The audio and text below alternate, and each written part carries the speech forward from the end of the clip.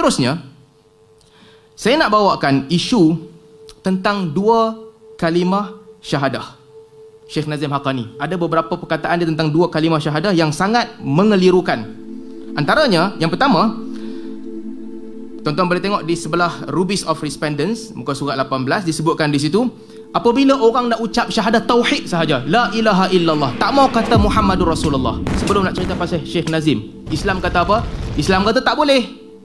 La yasma' bi min hadhil ummah yahudi wala nasrani thumma lam yu'min bima ursiltu bihi. Tidak ada seorang Yahudi ataupun Nasrani pun di kalangan umat ini yang dengar tentang aku kemudian tak beriman, melainkan dia masuk neraka, kata Nabi SAW. Kata Nabi. Tapi apa kata Syekh Nazim? No, different. Kalau dia nak kata la ilaha illallah sahaja, tak mau kata Muhammadur Rasulullah, even if they don't declare Muhammadur Rasulullah, I will make a judgment for them. This is because when Muhammad asked about being allowed to make intercession for people, Allah granted him to intercede only on behalf of the people who would say la ilaha illallah Muhammadur Rasulullah. Kalau ada orang tak mau ucap Muhammadur Rasulullah, jangan paksa mereka, tak apa. Allah kata aku akan uruskan mereka sendiri, tetapkan mereka sendiri. Kerana apabila Nabi Muhammad minta kepada Allah bagi syafaat, syafaat Nabi khas untuk orang yang ucap la ilaha illallah Muhammadur Rasulullah. Kalau tak mau ucap Muhammadur Rasulullah, it's okay, Allah akan uruskan mereka sendiri. Tak ada dalam Islam. Dalam Islam, kalau siapa tak mau ucap Muhammadur Rasulullah, orang tu kafir.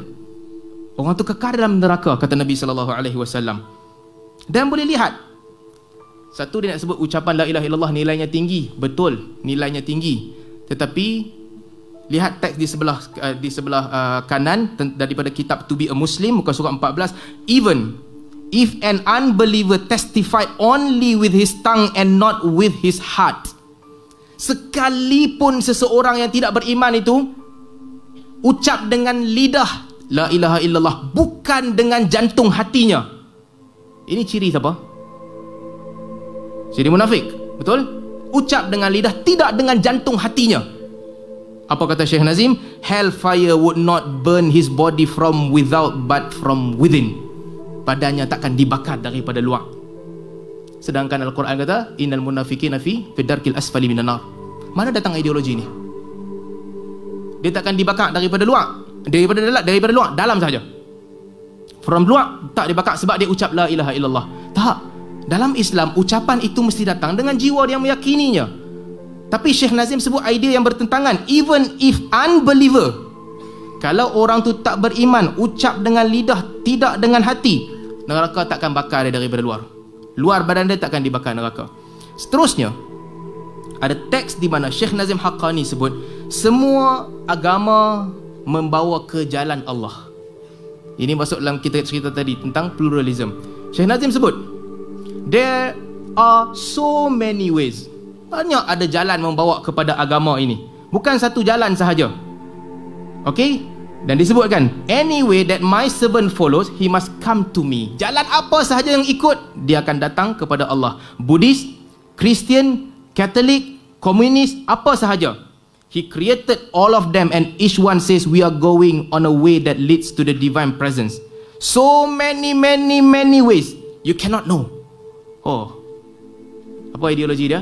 Ada banyak jalan membawa kepada Allah Subhanahu Wa Taala. No one may judge my servant except me. Kata Syekh Nazim, I will judge my servant, not any of you will judge for my servant. They haven't any authority to judge my servant. I am the judge. This is the order of our Lord Allah Almighty. Ini tak ada dalam Ahli Sunnah wal Jamaah dan tak ada dalam Islam. Kita kata Islam agama yang betul. Masuk Islam, ucap syahadatul tauhid dan syahadatul rasul. That is the only way.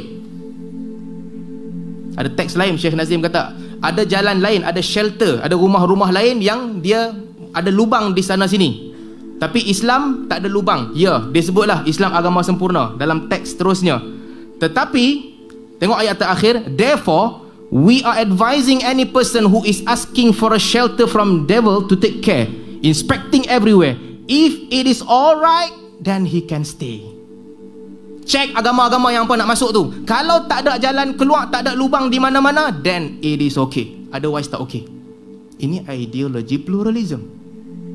Setinggi mana pun orang tu semayang, sebanyak mana pun orang tu puasa, tapi ideologi ni sesat. Ideologinya tak betul. Ini bukan tentang Wahabi lawan dengan Aswaja ke apa, tak ada. Tinggalkan ke tepi. Siapa sahaja Beriman dengan Allah, beriman dengan Rasul. The only way untuk orang tu masuk Islam adalah la ilaha illallah Muhammadur Rasulullah, dan terima Islam sebagai agama. Jadi ini berkaitan dengan semua agama adalah shelter yang mana tak betul. Isu lagi tentang Abu Lahab. Apa kata Syekh Nazim?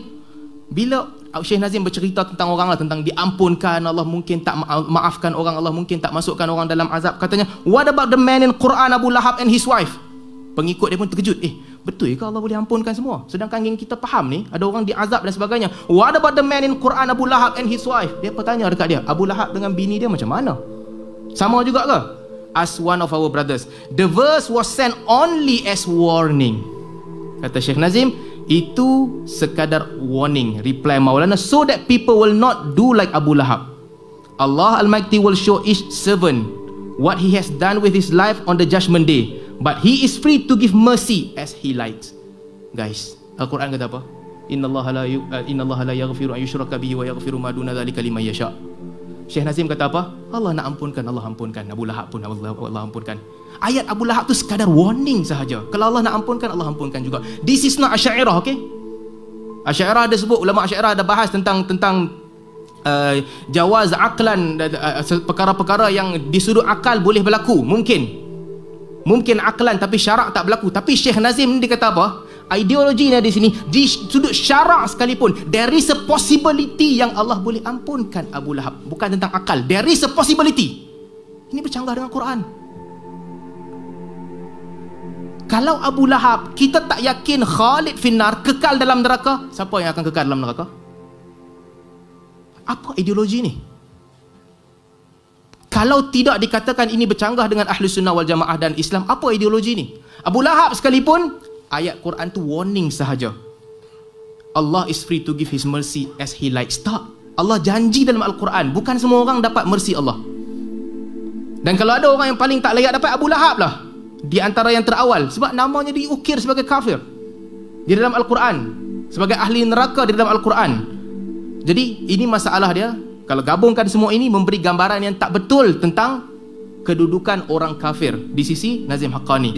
Tentang perjumpaan dengan Mahdi, ini salah satu trend Syekh Nazim. Banyak kali dia jumpa dengan Mahdi. Dalam buku Joy of Cyprus disebutkan, dalam buku ni dia doa tiap-tiap pagi, bilalah Mahdi nak keluar, bilalah Mahdi nak keluar, nak jumpa.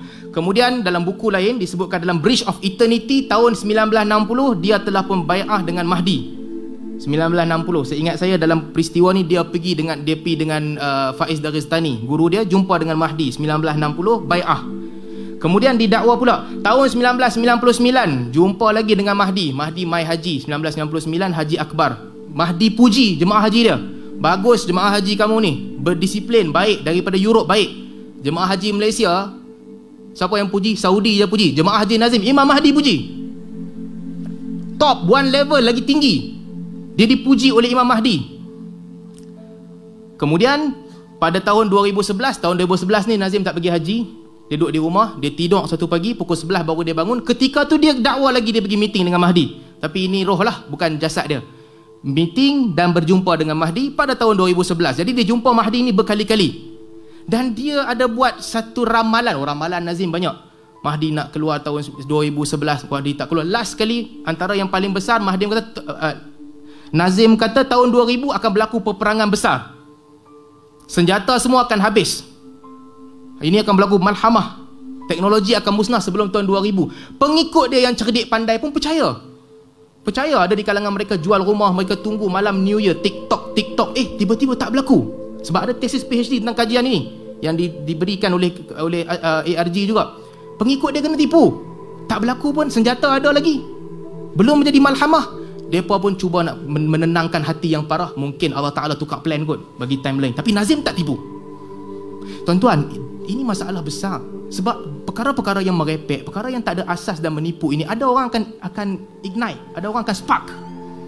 Tapi kalau cerdik pandai tidak membantah, tidak menganggap perkara itu buruk dan tertolak, akhirnya orang awam akan terima dengan alasan khariqatul lil adah. Benda ni berkhariqah lil adah, mungkin berlaku lalu berlaku. Tak, agama bukan begitu.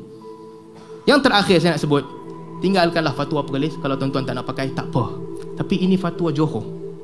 Fatwa di Johor. Apa ciri ajaran sesat? Antara ciri ajaran sesat, mendakwa sebagai Imam Mahdi atau tahu kemunculannya. Siapa tahu kemunculan Imam Mahdi?